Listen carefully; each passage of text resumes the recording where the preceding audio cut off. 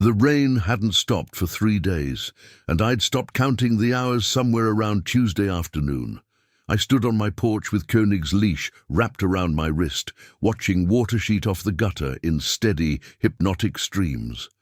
The wood beneath my feet was soft from moisture, and I made a mental note to replace the boards come spring, a note I'd been making for 2 years.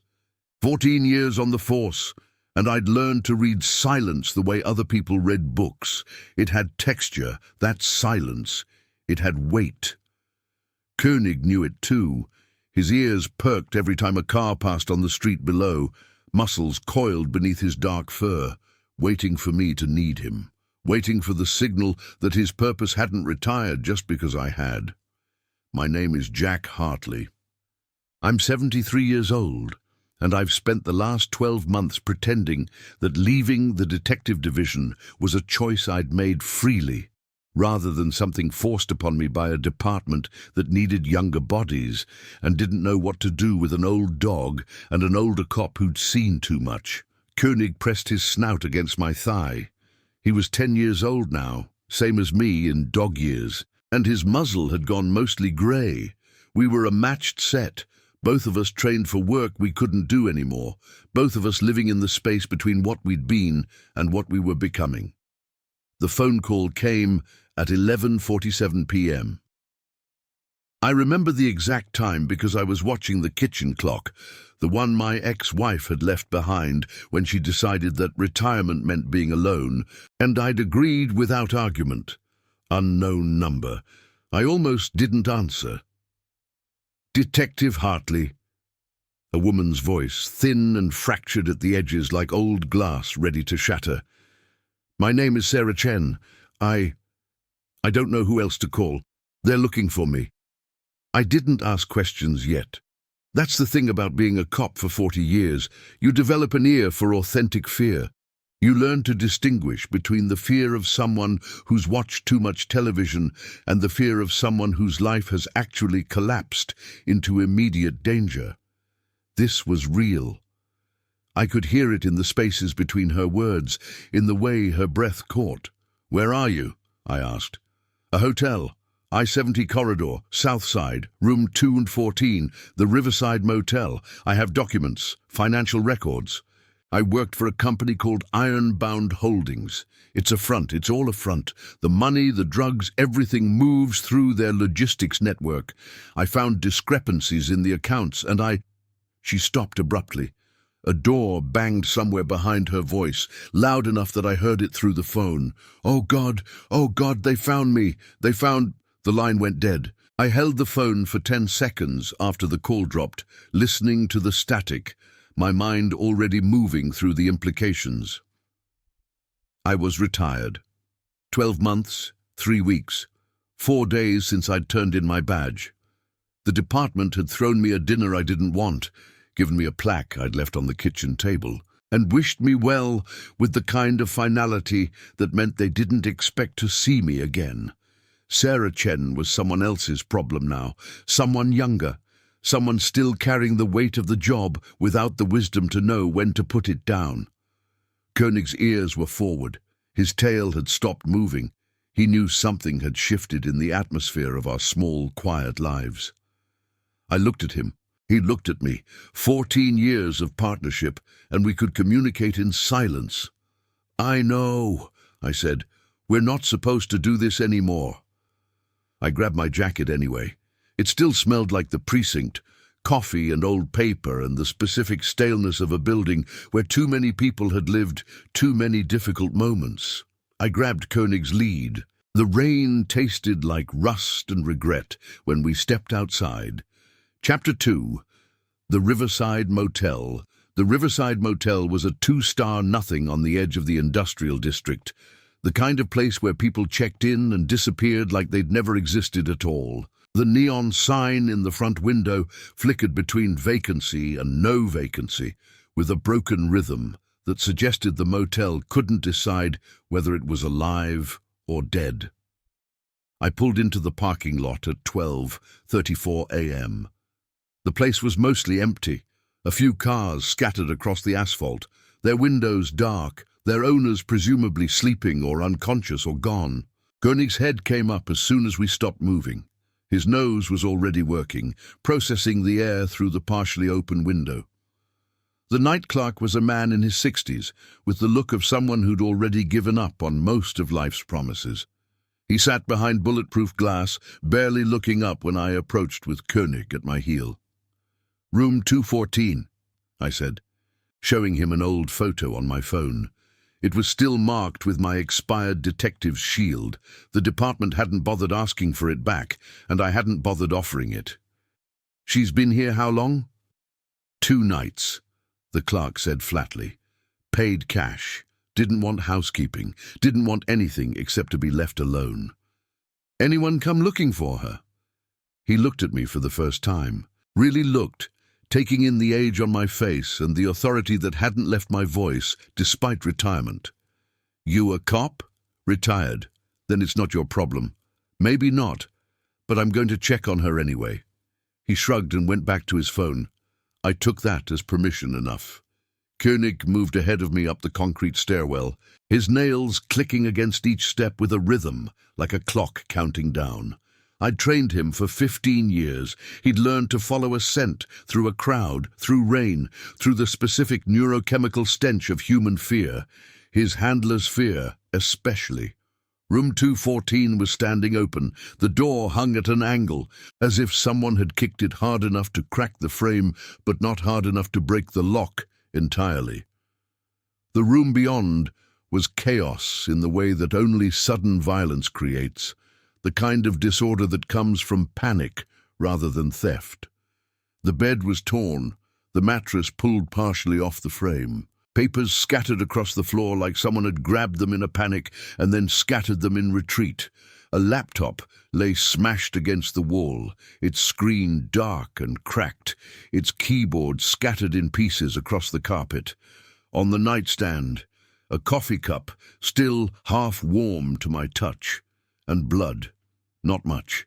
A smear on the doorframe, dark and fresh, maybe 3 hours old at most. Koenig pressed his snout to the floor and whined, a sound I'd heard 1,000 times before, a signal he'd been trained to give. The sound meant, there's a trail here. There's something to follow. There's work to be done. I called it into a contact I still had on the force, Detective Maria Flores. We'd worked together for 8 years before I retired. And she owed me favors, going back another decade before that. She answered on the second ring, which meant she wasn't sleeping. "Hartley?" She sounded tired. "It's past midnight.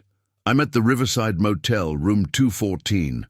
There's been a crime here, recent. I need you to treat this as an active investigation. You're not a cop anymore, Jack," she said. But there was no anger in her voice, only a kind of resignation. "You know that, right? Whatever this is, it's not your jurisdiction anymore. It's not your responsibility." "I know." "Then why are you calling me from a crime scene?" "Because someone's scared enough to run in the middle of the night. And I want to know why. I want to know who did this. And I want to know what she found that was worth killing for." She sighed, a long, measured exhalation that I could hear through the phone. "Stay there. Don't touch anything else. I'm calling this in to patrol. They'll be there in 10 minutes. We'll do this right." But I already knew what Koenig had found. The blood trail led down the back stairwell, barely visible in the darkness, but clear enough to Koenig's nose. It continued across the exterior walkway, down another set of stairs and into the parking lot. A vehicle had been parked there, tire marks, still wet from the recent rain, still fresh. They'd taken her maybe an hour ago, maybe less. She'd been alive when they loaded her, but I couldn't have said much more than that with any certainty. Koenig pulled hard on the leash, his body tense and trembling with the need to follow. He wanted to track. So did I. We were both trained for this, both built for this moment, and retirement suddenly felt like a lie we'd agreed to tell ourselves. Chapter 3. First Clues and the Opening CTA. By dawn, Maria had pulled the initial reports, and I was sitting in the precinct's break room with a cup of coffee that tasted like despair. The room hadn't changed in the year since I'd left. Same motivational poster on the wall, same broken coffee maker, same fluorescent lighting that made everyone look like they were one bad shift away from a breakdown. "Sarah Chen," Maria said, sliding a folder across the table. "Age 34, born in Portland to immigrant parents. Father was an engineer, mother was an accountant. Sarah followed the mother's path, went to Portland State, graduated with honors in accounting and finance. She was working for Ironbound Holdings for the last 6 years. Tell me about Ironbound." "Shell company, registered to a man named Marcus Reeves. You know him?" I did. Everyone in Portland knew Marcus Hammer Reeves, the biker chief who'd somehow convinced the city he was legitimate. He'd started the Ironbound MC 40 years ago when he was young and angry and had nothing to lose. Over the decades, he'd built an empire that operated on 2 levels. The visible level, where Ironbound Holdings ran a fleet of trucks, maintained warehouses, operated a logistics network that looked clean on paper, and the invisible level, where everyone knew the real money came from operations that didn't appear on any official document. I'd watched him operate for 8 years before I retired. Every detective in Portland had. We'd built cases against him, brought charges, watched them dissolve due to lack of evidence or mysteriously cooperative witnesses or judges who suddenly became sympathetic to defense arguments. Reeves was good at what he did. He was careful, and he had protection from places that made investigation dangerous. "Sarah Chen found something," Maria continued.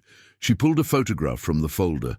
A young woman with sharp features and intelligent eyes, the kind of eyes that noticed things. She was flagged by her company's compliance software, found discrepancies in accounts that Reeves controlled personally, large transfers, patterns that didn't make sense for a legitimate logistics operation. She reported it. She tried to report it. Went to her supervisor, who told her to leave it alone. Went to HR, who told her to leave it alone. By protocol, she should have filed a complaint with the company's legal department, but she was smart enough to know that would get back to Reeves faster than anything else. So she called the federal tip line 6 days ago. Anonymous call, but traceable if anyone wanted to trace it. Koenig sat at my feet, his head resting on my knee.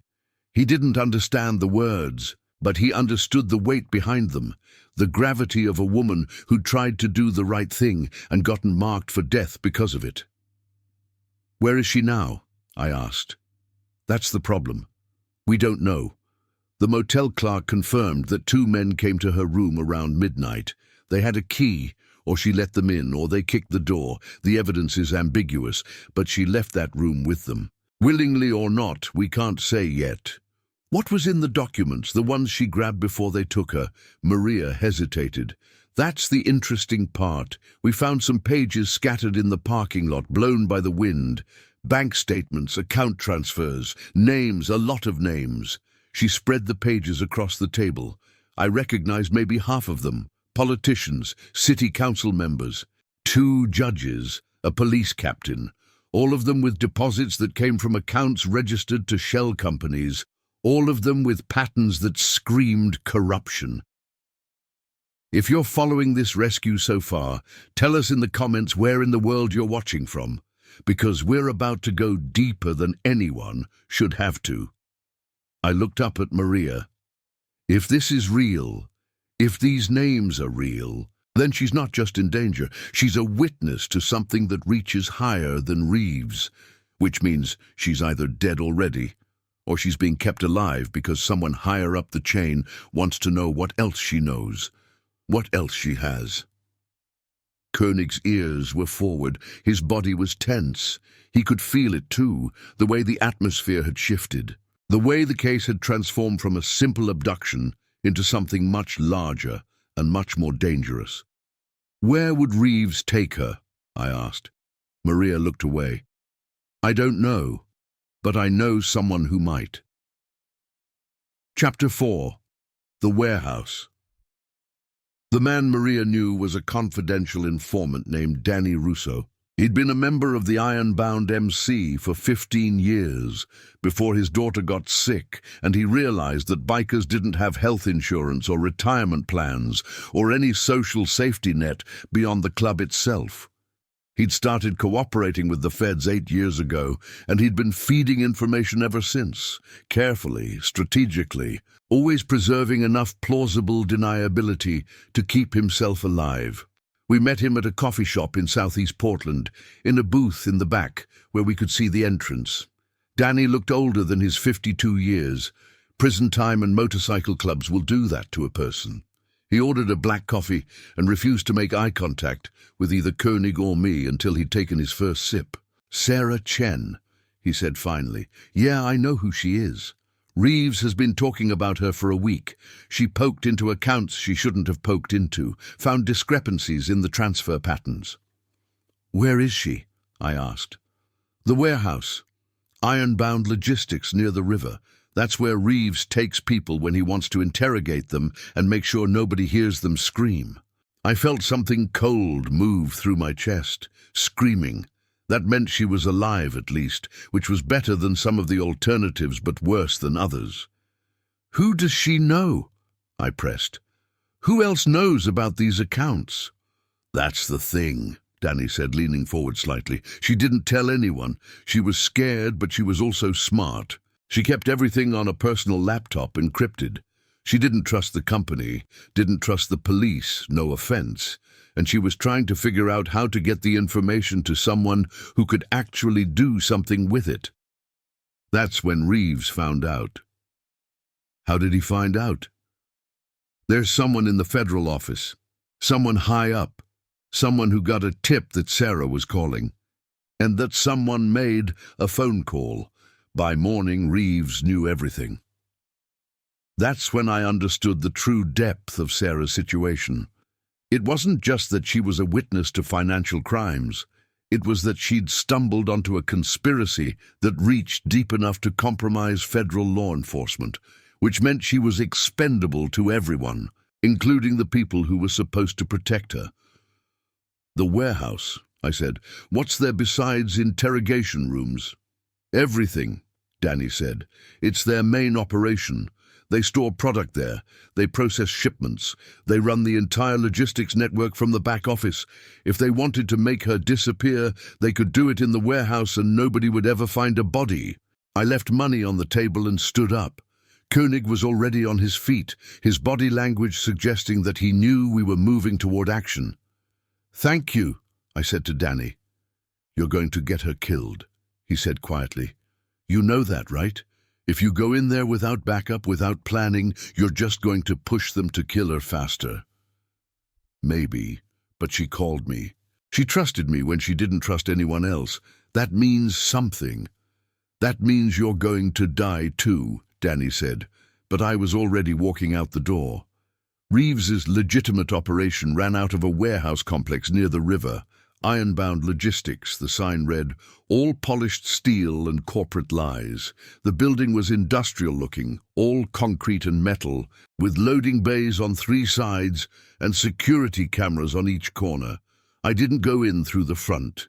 Koenig and I used the railroad access, moving through the industrial park, while the city was still asleep and the sky was just beginning to lighten in the east.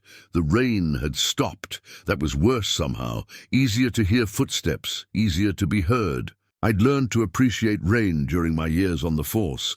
It covered noise, it obscured sight lines, it made tracking harder for both predators and prey. Koenig's ears were forward, his breathing steady and controlled. He'd been a police dog before he was mine, trained for detection, for tracking, for knowing when danger was close and how to respond to it. His original handler had been killed in a domestic call gone wrong, shot by a man with a gun, and nothing left to lose. I'd adopted Koenig the week after, and we'd both learned to live with ghosts and the weight of work left unfinished.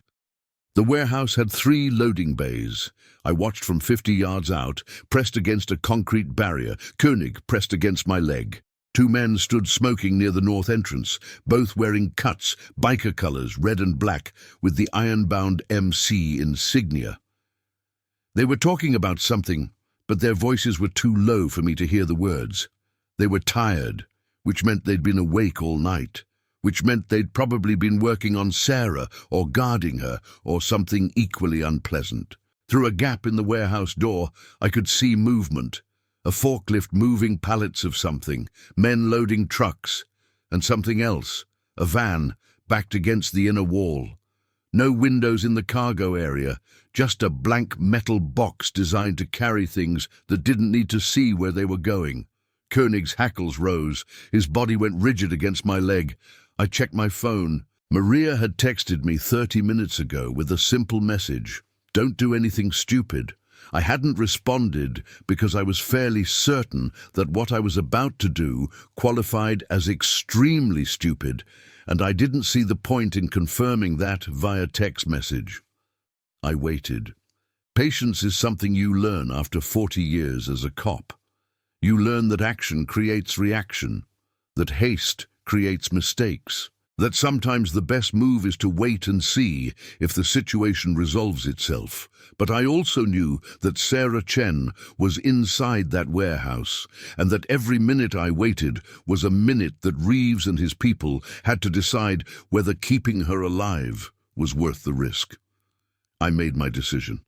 Chapter 5, The Warehouse Interior. I didn't move toward the entrance. Instead, I moved parallel to the warehouse, keeping to the shadows, keeping Koenig close. There was a maintenance entrance on the south side, the kind of door that nobody uses because it's hidden and inconvenient. The kind of door that's usually forgotten about by people who only think in straight lines. The lock was old. I had it open in 30 seconds using techniques I'd learned in my first year on the force and practiced on every lock that I'd encountered since. Koenig slipped through the door first, his body low, his senses extended. The interior of the warehouse was vast and dim, lit only by the light coming through high windows and the glow of security lights. I could see the full operation now, rows of pallets stacked high with boxes that probably contained everything from drugs to weapons to stolen merchandise. Forklifts parked in neat rows. A loading area where men were working, transferring boxes from pallets to trucks. And in the back, separated by chain-link fencing and a locked gate, the interrogation area. I could see it clearly now. A room with one door, reinforced, a room designed to contain sound and prevent escape. Koenig moved toward it without hesitation. I followed, keeping to the shadows, keeping my breathing slow and controlled. My heart was pounding in a way it hadn't pounded in years, and I realized with some surprise that I'd missed this, the fear, the danger. The clarity that comes from knowing that your life is on the line and that every decision you make in the next 60 seconds will determine whether you're alive or dead. The reinforced room had a small window in the door, reinforced glass. Impossible to see through from where I was standing. I could hear muffled sounds from inside, a voice, maybe two voices. One of them was a man. And I recognized the gravelly quality of Marcus Reeves. The other voice was higher-pitched, strained, and I recognized Sarah Chen. She was alive, at least for now. "The accounts are encrypted," Reeves was saying, his voice carrying the kind of casual cruelty that comes from years of operating without consequences. "You understand that we need the passwords. You understand that cooperation would make this so much easier for everyone. I don't have passwords." Sarah's voice was hoarse, damaged. "I told you. I never wrote them down. They were in my head, and I can't remember them. I've told you everything I know." "I don't believe you," Reeves said, and I heard the sound of something hitting something, maybe his fist on the table. Maybe something worse.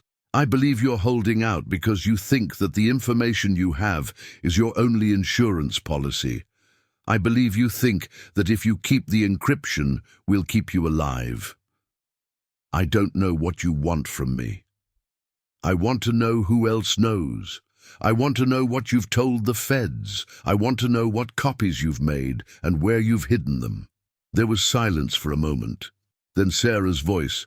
"I haven't told anyone anything. I just wanted to report a crime.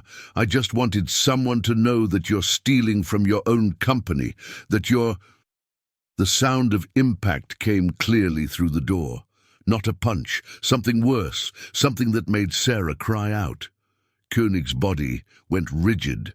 A low growl started in his chest, not loud, just constant and true. The sound of a dog who'd been waiting years to do the work he was created for, who'd been trapped in a retirement he never wanted, who was about to finally be useful again. I put my hand on his collar. "Not yet," I whispered. "We need to be smart about this." But smart is hard to be when you're looking at a door that a woman is being beaten behind. I moved to the gate in the chain-link fencing. It was padlocked. A heavy industrial lock that would take me longer to open than we had. I looked at Koenig, and Koenig looked back at me, and I made a decision that was equal parts desperation and instinct. "Koenig," I said quietly, alert. Chapter 6. The extraction begins. Koenig moved with a purpose I'd almost forgotten he possessed. His whole body transformed from retired police dog to active threat, muscle coiling, focus narrowing, intelligence crystallizing into a single point. He hit the chain-link fence with his full weight, and the fence rattled but held. He hit it again, and the chain-link started to bend, the metal straining under the impact of a 100-pound dog moving at full speed. On the third impact, the section of fence closest to the gate buckled inward. Koenig slipped through the gap, his body barely fitting, and continued toward the reinforced door. The growl had evolved into a full bark now, a sound that echoed through the warehouse, loud and aggressive and authoritative. Inside the interrogation room, there was sudden silence. Then chaos. I heard Reeves curse. I heard movement, someone running toward the door. I heard the sound of the lock being engaged, heard someone picking up a phone, heard the first shout from the loading area where the other men had heard the dog. I moved. I didn't have a plan anymore. Or if I did, it was too complicated and too fragile to survive contact with reality. I moved with the knowledge that Koenig was about to do something that might get him killed, and that I wasn't about to let him die alone in a warehouse in Portland. The chain-link gate came open with a single hard pull. The lock had been damaged by Koenig's impact, and the hinges were older than I'd thought. I went through it and hit the reinforced door hard, putting my full weight behind the impact. The door held. Koenig was on the other side, still barking, his paws hitting the door with impacts that you could feel through the metal. Behind him, I could hear Reeves shouting, could hear Sarah crying. The first gunshot came from the loading area, a warning shot or a panicked shot or a shot meant to hit me. I didn't wait to find out which. I moved sideways, toward the corner where the fence met the warehouse wall, trying to create distance between myself and the loading area. Another gunshot. This one hit the door I'd just tried to break through, punching through the metal with a sound like an angry wasp. I was 73 years old, retired, unarmed, and currently committing multiple felonies in a warehouse belonging to a criminal organization. There were approximately 15 armed men in the building, and Koenig was on the other side of a reinforced door, and I had maybe 30 seconds before the men from the loading area reached my position. If this story has you hooked, hit like. It helps us bring more true rescues to light. I made a decision that would have gotten me fired if I still had a job to lose. I grabbed a crowbar from a maintenance kit mounted on the warehouse wall, and I went to work on the hinges of the reinforced door. The first hinge came free after 3 hard impacts. The second hinge took 2. The door didn't fall so much as collapse inward, Koenig throwing his weight against it at exactly the right moment, and suddenly I was looking into the interrogation room. Sarah Chen was zip-tied to a metal chair, her face bruised, blood dried at the corner of her mouth. Marcus Reeves stood over her, a baseball bat resting against his shoulder. He was bigger than his reputation, maybe 6'3", 250, all of it hard and intentional, built through years of motorcycle culture and violence. Koenig didn't hesitate. He moved into the room and positioned himself between Sarah and Reeves, his body low and ready, his teeth bared in a grimace that was pure communication. I am a threat. I am a protection. I will tear your throat out if you don't step back. Well, Reeves said, smiling despite the dog and the crowbar and the obvious desperation of the situation. The dog's back. Didn't expect that. This is fantastic. A retired cop and a dog. You know who I am. Marcus Reeves, I said, trying to keep my breathing controlled. Biker chief, criminal enterprise operator masquerading as a logistics company. And you think you're walking out of here with the girl? I think my dog is going to rip your throat out if you don't step back from that chair. Reeves laughed, a sound like gravel in a grinder, and shifted his grip on the bat. Koenig's ears pinned back, a growl rising from deep in his chest. Not loud, just constant and true. The sound of a dog who'd been waiting 14 years to be useful again, who'd been trained for exactly this moment, who understood with perfect clarity what his job was. For a moment, nothing moved. The warehouse seemed to hold its breath. Then Reeves lowered the bat. "You got guts, old man," he said. "I'll give you that. But you don't understand what you're walking into. You're not thinking clearly." "Then explain it to me." "Sarah here found something she shouldn't have, something that reaches higher than me, higher than you, higher than your dead-end pension and your retired dog. The accounts she was investigating? They're not just mine. They're shared. They're distributed through a network that includes judges, politicians, city officials, all of them taking cuts from operations I don't even run anymore. I'm just the delivery service. I'm just the guy who moves the merchandise and keeps his mouth shut." I was processing this, trying to understand the implications, when I heard the footsteps from the loading area, multiple men moving fast, weapons drawn. "Sarah," I said, "don't move." I cut her zip ties with the crowbar, working quickly, my hands steady despite the adrenaline. She was lighter than she looked, hollow somehow, hollowed out by fear and pain. She tried to stand, and I caught her elbow. She was shaking so badly that I wasn't sure she could walk. Koenig pressed against my leg, still locked on Reeves. "We need to move," I said.